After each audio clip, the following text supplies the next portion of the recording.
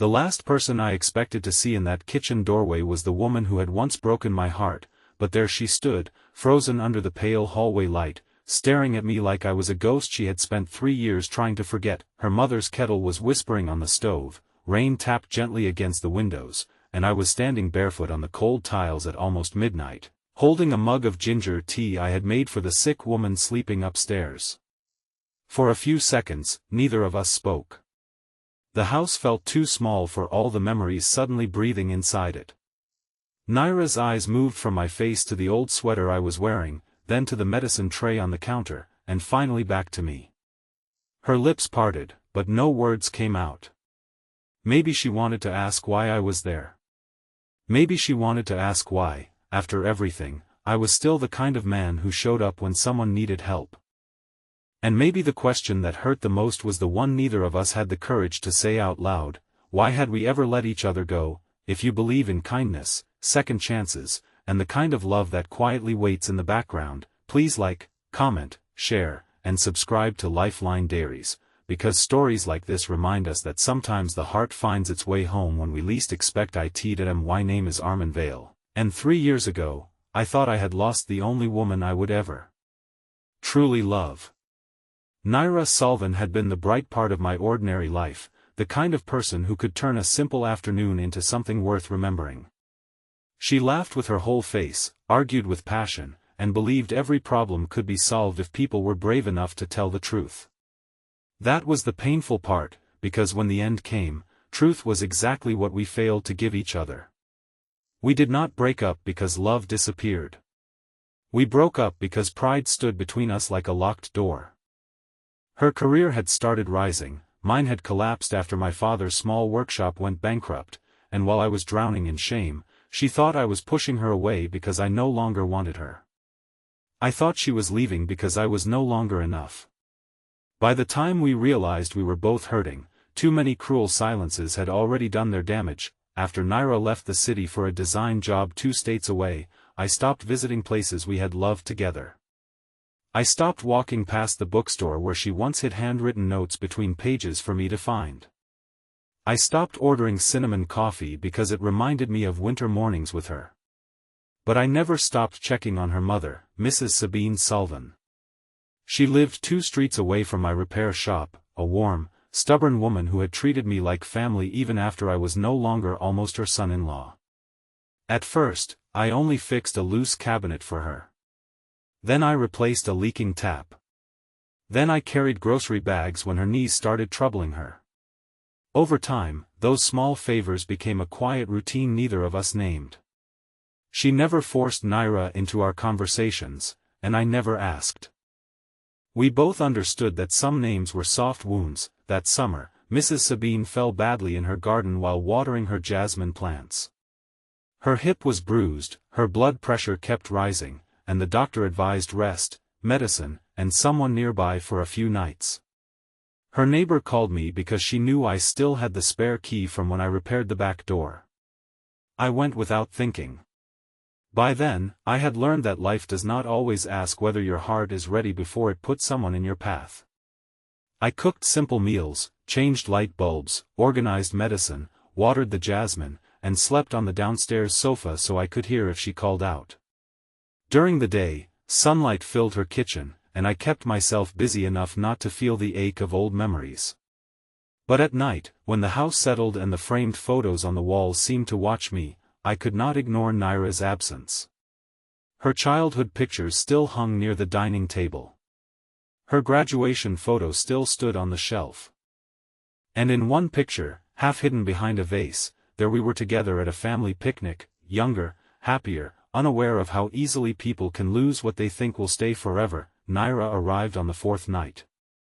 She had driven through rain after getting a call from her aunt, and no one had told her I was there. Later, I learned Mrs. Sabine had refused to mention it because she knew Naira would either come faster or not come at all, and she wanted her daughter to come for love, not anger. When Naira saw me in that kitchen, her face changed in layers. Shock came first. Then confusion. Then something softer, something almost like pain. She looked tired, older in a beautiful way, with her hair tied loosely and her coat damp from rain. I saw the woman I had loved, but I also saw someone who had carried her own loneliness quietly. She finally asked what I was doing there, and I told her the truth as simply as I could. Her mother needed help. I was nearby. That was all. But of course, it was not all. Nothing between us had ever been that simple. She stepped into the kitchen slowly, as if crossing the room meant crossing years of regret. She noticed the labeled medicine boxes, the fresh soup cooling on the stove, the folded blanket on the sofa through the doorway. I watched her realize that I had not come as a guest. I had been caring for her mother like family. Her eyes filled, but she turned away before tears could fall. The next morning, sunlight turned the kitchen golden, and the house felt different with Naira in it. She moved through the rooms with nervous purpose, opening cupboards, checking prescriptions, asking too many questions because she did not know how else to show guilt. Mrs. Sabine watched us both with a tired smile, pretending not to notice how carefully we avoided standing too close. I made breakfast before leaving for the shop, but Naira stopped me at the door and said I did not have to keep coming now that she was there. The words were polite, but her voice trembled. I looked at her, at the woman who once knew every fear I carried, and told her I was not coming because I had to. I was coming because her mother mattered to me. For the next few days, we existed like two people walking around broken glass. In the mornings, I repaired things around the house while Naira helped her mother wash and dress. In the afternoons, I went to my shop, then returned with groceries. Naira cooked once and burned the lentils so badly the smoke alarm screamed, and for the first time in years, we laughed together. It was small, almost accidental, but it cracked something open. Mrs. Sabine teased her, saying Arman had become the better cook, and Naira looked at me with an expression I could not read. Maybe she was remembering how I used to ruin pancakes and blame the pan. The change began on a bright Thursday afternoon. Mrs. Sabine insisted on sitting in the garden, so we carried a chair outside beneath the shade of the guava tree. The air smelled of wet soil and jasmine. Naira sat on the steps, looking at the plants I had been watering. She said her mother's garden looked healthier than ever. I shrugged and said plants only needed someone to keep showing up. The words landed heavier than I expected. Naira looked down at her hands. After a long silence, she admitted she had thought I hated her. I almost laughed, not because it was funny, but because sadness sometimes arrives wearing disbelief. I told her I had thought the same about her. That was the first honest conversation we had in 3 years. We did not fix everything that afternoon. Real wounds do not close just because people finally speak. But we began. She told me she had waited for me to ask her to stay, and I told her I had been too ashamed of my failures to ask anything of anyone. She said my silence made her feel unwanted. I said her leaving made me feel replaceable. The truth sat between us, painful but clean. Mrs. Sabine pretended to sleep, but I saw her wipe her eyes with the corner of her shawl. Then came the scare that changed everything. 2 nights later, while I was at the shop finishing a late repair, Naira called me. Her voice was shaking so badly I could barely understand her. Her mother had collapsed in the hallway. I drove faster than I should have, heart hammering against my ribs, and found Naira on the floor beside Mrs. Sabine, holding her hand and whispering for her to stay awake. In that moment, all our history disappeared. There was only fear. I lifted Mrs. Sabine carefully, carried her to the car, and drove them to the hospital while Naira sat in the back seat, crying silently against her mother's shoulder. The hospital lights were too white, the waiting room too cold. Naira paced until her legs weakened, then sat beside me with her hands clenched together. When the doctor finally said it was a blood pressure episode made worse by dehydration and stress, not a stroke, Naira broke down completely. Without thinking, I put my arm around her. She leaned into me like no time had passed, like grief had remembered the shape of comfort. She whispered that she had been so afraid, and I told her I was there. Those 3 words felt different now. Not a promise made in youth, not romance spoken carelessly, but something steadier. I was there. Mrs. Sabine stayed in the hospital for observation, and the next day was full of sunlight, forms, medicine schedules, and quiet exhaustion. Naira and I sat in the cafeteria with untouched tea between us. She looked at me for a long time and said her mother had told her something while half asleep. She had said, "Do not lose the people who come when there is nothing to gain." Naira's voice broke on the last words. I did not know what to say, because I had spent years convincing myself I wanted nothing from her. But the truth was, some part of me had always wanted one thing, for her to understand that I had loved her even when I failed to fight properly for us. When Mrs. Sabine came home, the house changed again. Naira extended her leave from work. I adjusted my shop hours. We built a routine around care, and inside that routine, we found each other in ordinary ways.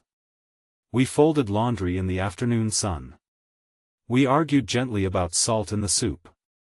We sat with Mrs. Sabine during old movies while she fell asleep halfway through. Naira began smiling more, not the polished smile she probably used at work, but the old one, the one that made her eyes shine.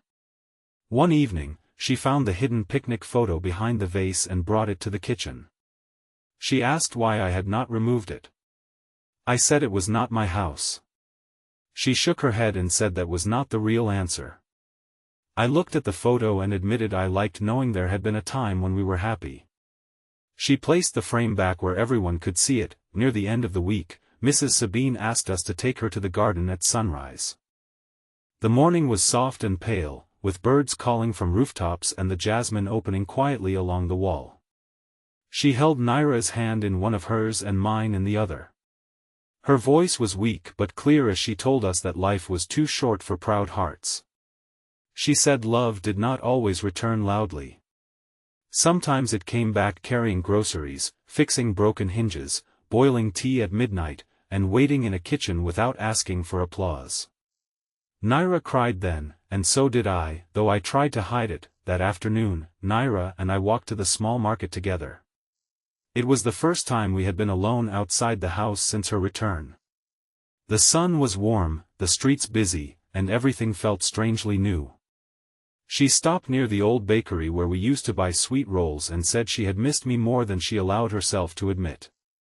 I told her I had missed her in every quiet room I entered. She laughed through tears and said we sounded older now. I said maybe older was not such a bad thing if it made us kinder. We did not rush back into promises. That was important. Love deserves more than panic and nostalgia. We agreed to begin slowly, honestly, with no hidden wounds and no guessing games. Naira would visit more often. I would stop pretending I was fine when I was afraid. She would stop running when things felt difficult.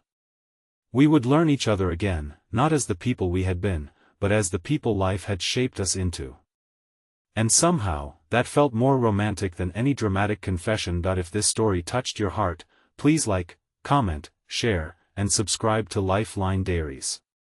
Your support helps stories of kindness, healing, and second chances reach people who may need hope today. Special request: comment kindness brings hearts home if you believe that real love can return when people learn to forgive. A month later, Mrs. Sabine was strong enough to walk through her garden without help. Naira stood beside me under the guava tree, watching her mother touch each plant like an old friend. The afternoon sun rested on her face, and for the first time in years, I felt no bitterness when I looked at her.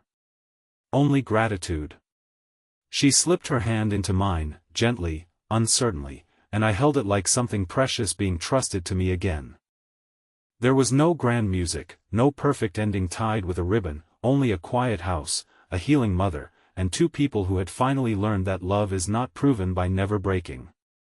Sometimes love is proven by what we choose to repair, and whenever I think back to that rainy night in the kitchen, I no longer remember it as the night my ex found me where I was not supposed to be. I remember it as the night she found me exactly where love had left me waiting.